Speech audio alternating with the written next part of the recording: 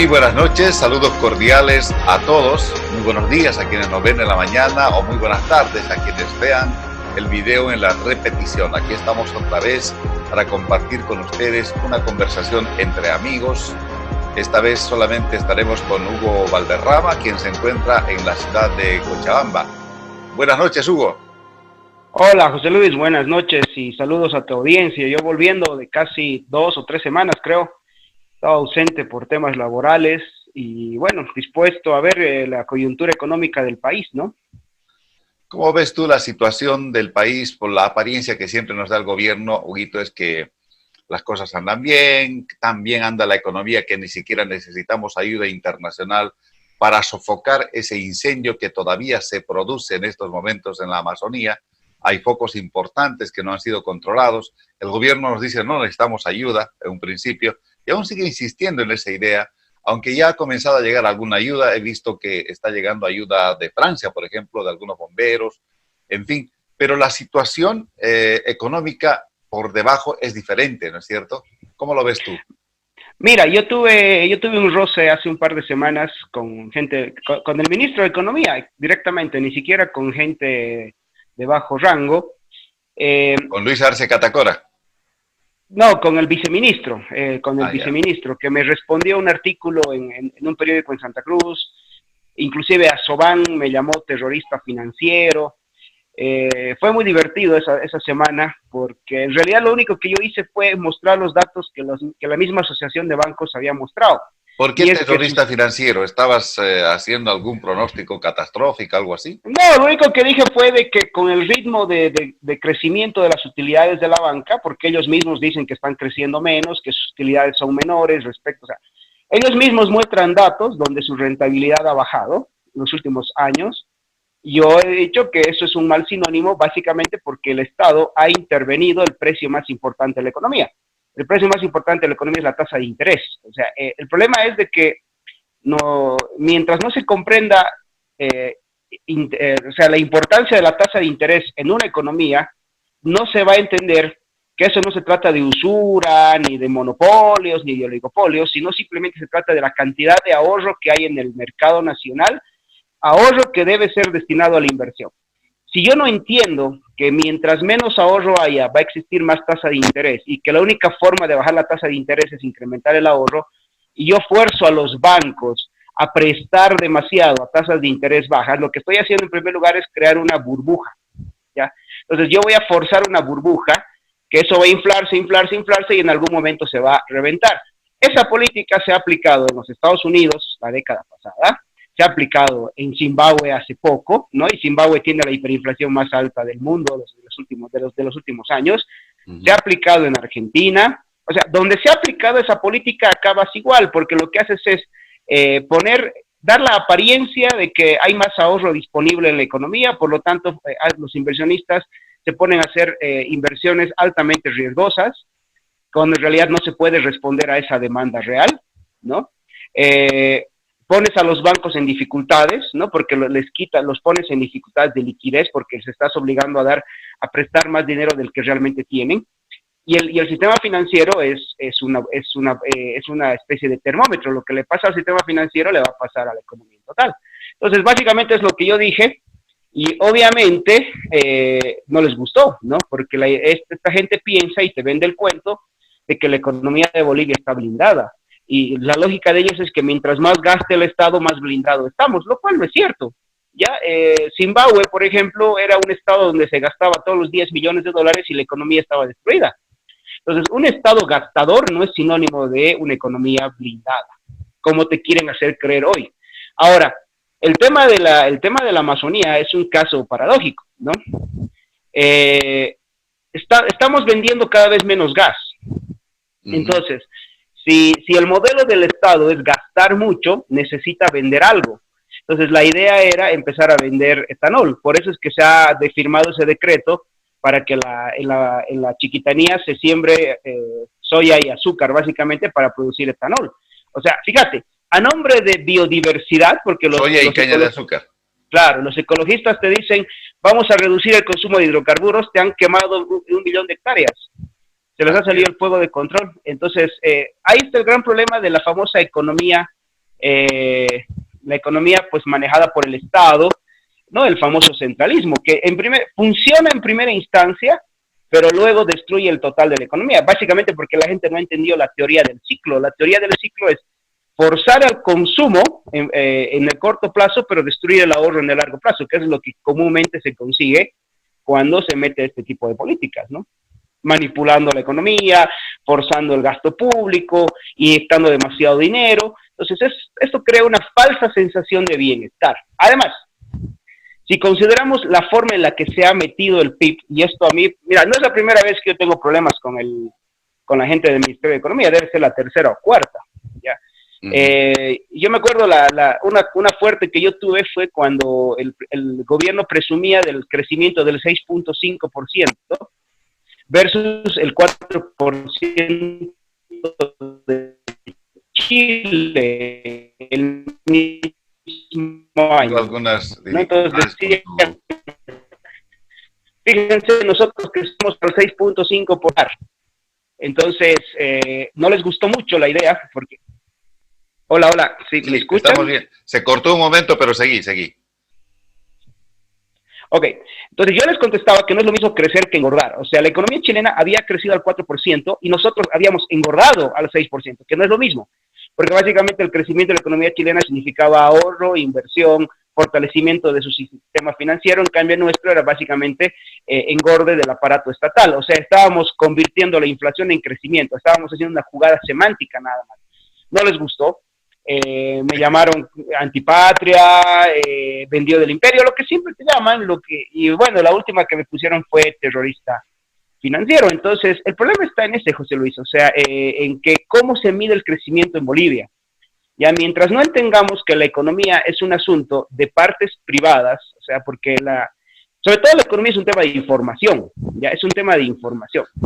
Entonces, mientras la parte privada, que es la que está más cercana a la demanda, no conozca lo que la demanda realmente necesita, ¿no? Y no se sepa la información del nivel de ahorro real, de los precios libres, lo que vas a tener es simplemente crecimiento del aparato del Estado, que siempre acaba en inflación. O sea, eso ya no hay que probarlo, eso ya ni siquiera es una especulación, eso está más que probado. Mira, el último caso es de Zimbabue, ¿no? Los precios se duplicaban cada 12 horas en Zimbabue. Al final, ¿qué hicieron? Tuvieron que admitir que se habían equivocado y tuvieron que retirar los dólares propios de Zimbabue y meter dólares de Sudáfrica, que era una moneda, el dólar de Sudáfrica, y el dólar americano para poder estabilizar los precios.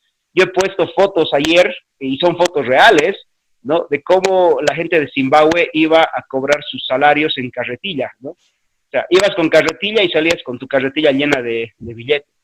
Entonces, a eso donde siempre nos impulsa el estatismo, es a eso donde siempre nos impulsa estas medidas, ¿no? Que inicialmente se controlan, se ponen bien, pero que esto es como la droga.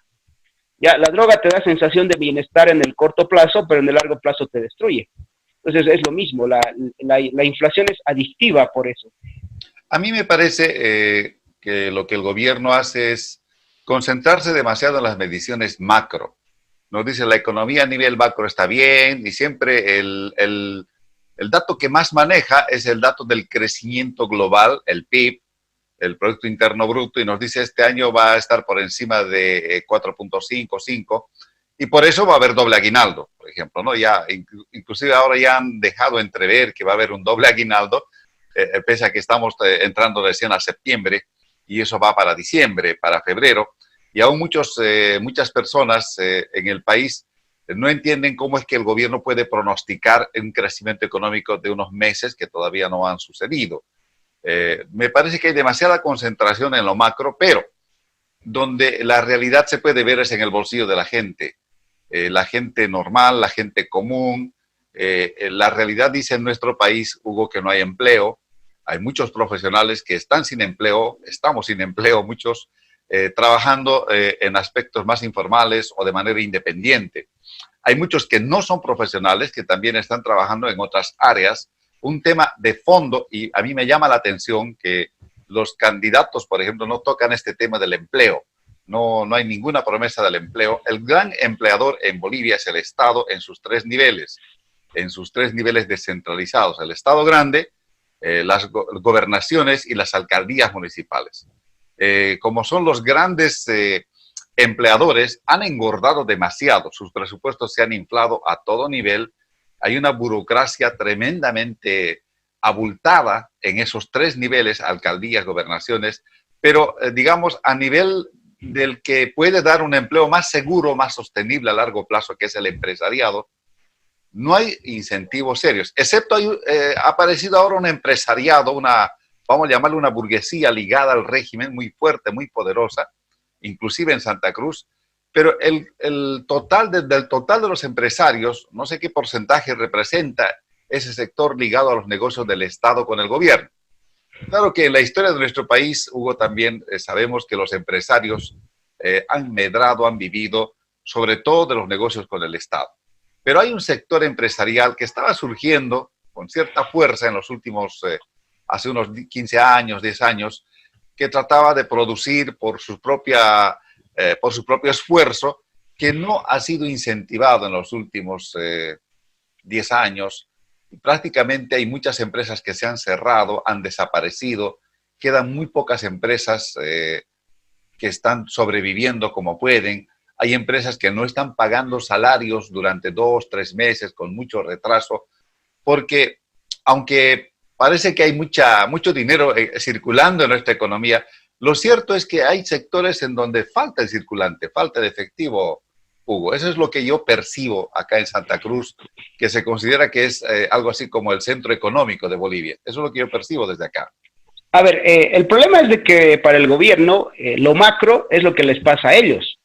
Ya, por eso yo nunca he compartido esa división entre macro y microeconomía. Eso es muy clásico de las posiciones keynesianas, ¿no?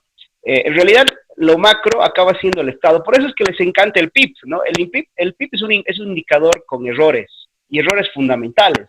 El primer error es que considera el consumo como motor de la economía y no la inversión. Ya, eso es un error. Y el segundo error fundamental que tiene es que suma lo que debería restar. O sea, tú ves la fórmula del PIB, sumas consumo más inversión más gasto público. Pero si te das cuenta, el gasto público en realidad resta la inversión privada porque el gasto público se financia con impuestos, pero ellos lo suman. Entonces, se ponen a sí mismos como un factor generador de riqueza, lo cual es una barbaridad, es una cosa estúpida. Además, hay otro problema. El país que no tiene desempleo en este instante es Cuba. Cuba es el país que no tiene desempleo, ¿ya? Pero no tiene riqueza. Ese es el problema, porque no es lo mismo tener empleo que tener riqueza. Hay que romper esa idea. O sea, la riqueza es algo que en el mercado se crea para satisfacer necesidades. Primero satisfago necesidades y luego, como consecuencia de eso, una consecuencia no deseada, se crea empleo. O sea, el empleo es una consecuencia no deseada de la creación de riqueza. En los estados totalitarios, el Estado, al ser el gran empleador, pone gente a no sabes qué cosa.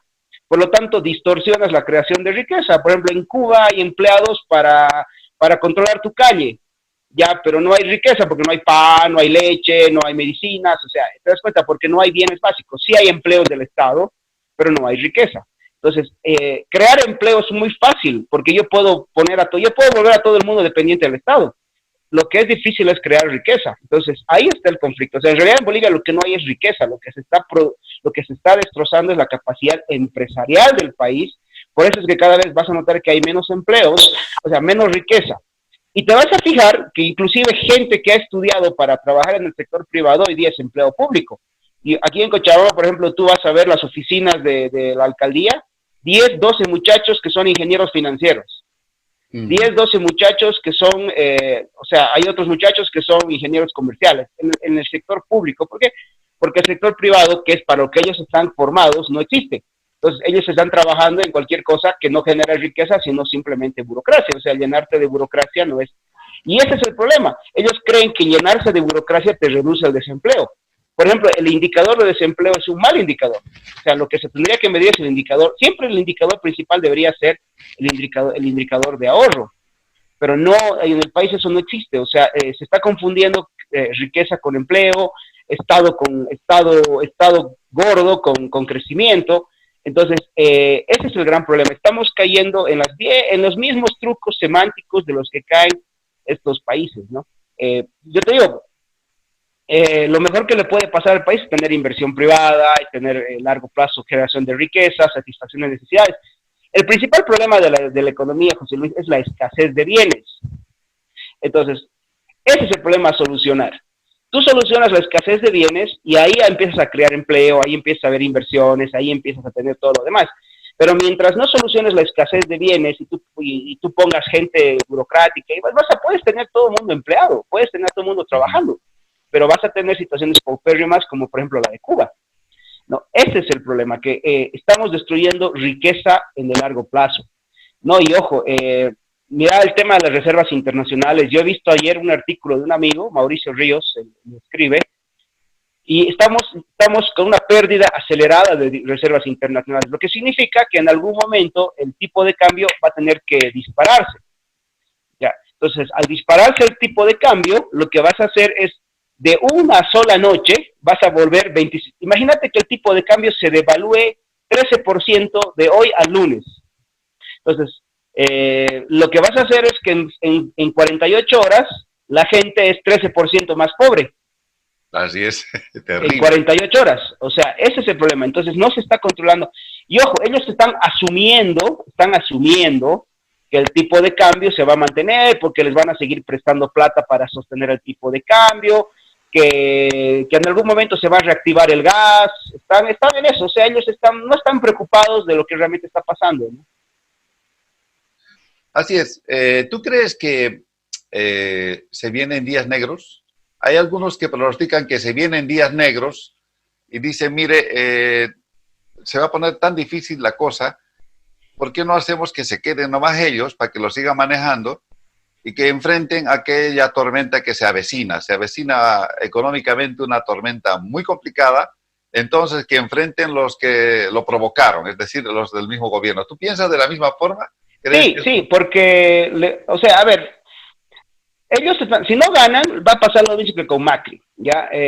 Macri tuvo en sus manos dos planes económicos cuando él subió.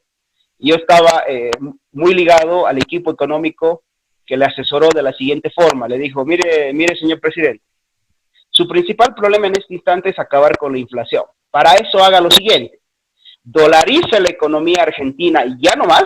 O sea, usted está de presidente hoy, la siguiente semana dolarice la economía argentina, retire los devaluados pesos argentinos. Con eso usted va a tener un cuerpo financiero donde la gente va a sentir que no está perdiendo valor porque su economía va a estar ligado a un factor, a una moneda fuerte, y a partir de ahí empieza sus reformas de reducción del déficit fiscal. Bueno, Macri no hizo eso. Macri fue a intentar tapar huecos pequeñitos, pequeños ajustes que le reventaron en la cara. Comenzó a hacer las cosas de manera muy gradual, además, ¿no? Claro, no fue su culpa, eso fue algo provocado, porque lo que le pasó a Macri fue las consecuencias de lo que hizo Cristina, que fue inflar la economía, algo muy parecido a lo que hemos hecho hasta ahora, ¿no? El mismo modelo que aplicó Cristina lo hemos aplicado acá. Entonces, cuando reventó, Cristina dijo, miren, en mi gestión eso no pasaba, eso es culpa de Macri. Entonces, lo que hay que hacer es, yo creo que si esto va a reventar, que le revienten a los responsables de esta burbuja, porque dejarles que eso reviente cuando ellos no estén, es al que venga después, que además no tienen planes económicos. O sea, yo me he reunido con muchos de los candidatos estos días, de diputados, inclusive he hablado con varios candidatos a presidente, y lo primero que les digo, okay, ¿qué piensas hacer en el tema económico? No, que medidas muy paliativas, ¿no? Que voy a hacer esto, que lo otro. Incluso uno ha dicho la peor medida que se le puede hacer al país, que es devaluar el boliviano. O sea, yo les he dicho, no, están errados. O sea, realmente no tienen plan económico, no saben lo que van a hacer. Entonces, imagínate a tipos que no tienen un plan económico para enfrentar. Además, ojo, ellos no saben lo que se ha hecho o sea, cómo se ha inflado el globo en el país y lo que va a reventar. Ni siquiera tienen idea de lo que se ha hecho. Para ellos lo que ha pasado es que ha habido despilfarro por parte del Estado, que en vez de hacer estadios, deberíamos haber hecho hospitales. Yo les digo, hacer estadios o hacer hospitales es igual de pernicioso. O sea, porque igualito estamos usando el gasto público para inflar el PIB. O sea, no tiene sentido. O sea, no tienen plan económico, olvídate, ninguno. Entonces, imagínate a esta gente reventarle esa burbuja ante ausencia de plan económico, es para el actual gobierno va a significar un triunfo. Victoriosos. Claro que va a ser una victoria. Bueno, entonces, ¿qué se puede hacer? ¿Qué podemos hacer los bolivianos que no somos parte del gobierno, que tampoco somos parte de la oposición, bolivianos independientes, que esperamos que la situación mejore, que podamos tener un empleo digno, que los ingresos económicos estén seguros, que mejore la salud, que no se quemen nuestros bosques de la manera en que se está haciendo para prácticamente promover el monocultivo, porque eso es lo que está sucediendo en nuestro país, con una colonización sin precedentes en la historia boliviana. Solamente el plan Buchholz de conquista del Oriente, ¿te acuerdas? Después de la Revolución del 52, se planteó tomar el Oriente para ir a cultivar. Creo que solamente ese fue el único plan grande que permitió que el BNR prácticamente tenga presencia en el Oriente boliviano. Pero ahora esto ha ido mucho más lejos. Es Pando, es el Beni, es Santa Cruz, es la Chiquitanía. Prácticamente se están creando nuevos asentamientos humanos de origen quechua, con una finalidad política electoral además, para reproducir el voto en los próximos 20 años, porque cuando uno los escucha atentamente, ellos te dicen, nos vamos a quedar mucho más tiempo. Parece que están apostando a esto precisamente, a la reproducción del voto por este camino de la colonización. No, de hecho este es un plan cultural, ¿ya? Si uno revisa lo que ha planteado el Foro de Sao Paulo en los años 90, básicamente era crear instituciones paralelas, o inclusive hasta ciudades paralelas, ¿no? Entonces uno mira lo que se está creando hoy día son ciudades paralelas, eso de llevar gente a la Chiquitanía, a Pando, a Cobija, son ciudades paralelas, ¿no? Cristina lo aplicó, simplemente que ella no hizo ciudades paralelas, ella se trajo gente, ¿no? Se trajo paraguayos, fíjate lo que ha hecho Bachelet, por ejemplo, Bachelet, la única forma que tenía de debilitar a Chile era metiendo haitianos, ha metido una enorme cantidad de haitianos para debilitar el sistema. Entonces, esto es así, o sea, ellos lo que están creando es un conflicto cultural, eso es sabido, y eso está en el Foro de Sao Paulo desde 1990, 91, esa es su estrategia, ¿no? Ahora, ¿qué tiene que hacer la gente? Lo que yo le vengo diciendo hace semanas a todo el mundo, dolarícense lo más que puedan, ahorren en dólares fuera de la banca, porque el día que el tipo de cambio devalúe, lo primero que va a hacer el Estado es proteger a la banca. Entonces, a la proteger a la banca le va a decir, bueno, corralito bancario, entonces los ahorros que están en dólares se van a bolivianizar y los dólares van a pasar a ser del gobierno. Entonces, el gobierno va a ser el que va a tener los dólares. Entonces, yo le digo a la gente, dolarícense, ojo, y eso no es que yo me esté inventando, hace 10 años pasó en Venezuela.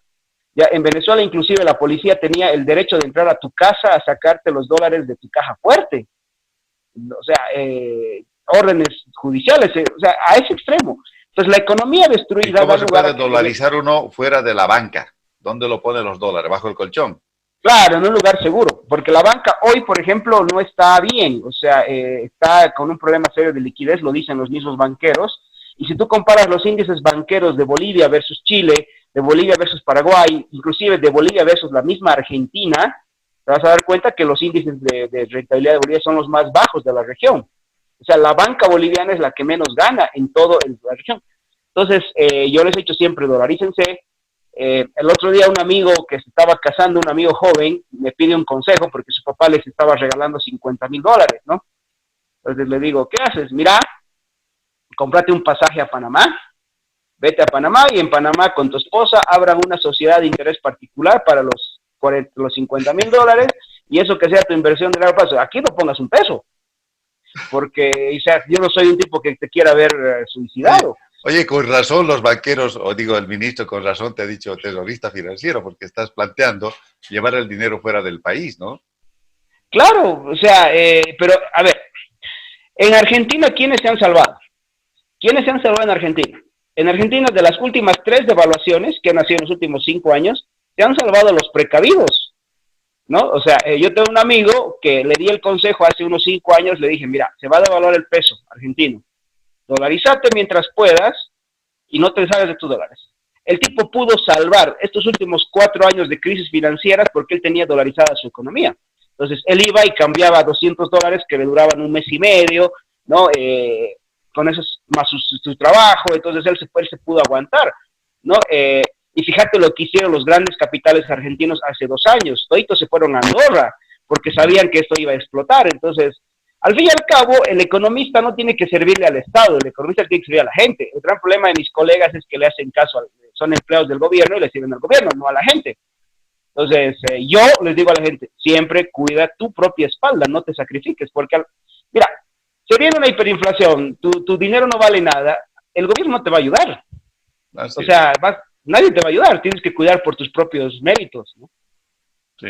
Bueno, ha sido un grato placer conversar contigo en sábado. Espero que el próximo sábado estén Mario y también nuestro compañero Jonathan del sur de Yacuiba, que se va a incorporar a este programa. Creo que por hoy sería suficiente. Te invito a despedirte de toda nuestra audiencia, nuestros amigos que escuchan y ven esta página. Bueno, gracias José Luis y un saludo a tu audiencia y bueno, esperamos estar el próximo sábado ya un poco más libre y un poco más suelto de tiempo. Muchísimas gracias a ustedes, amigas y amigos. Será hasta la próxima semana.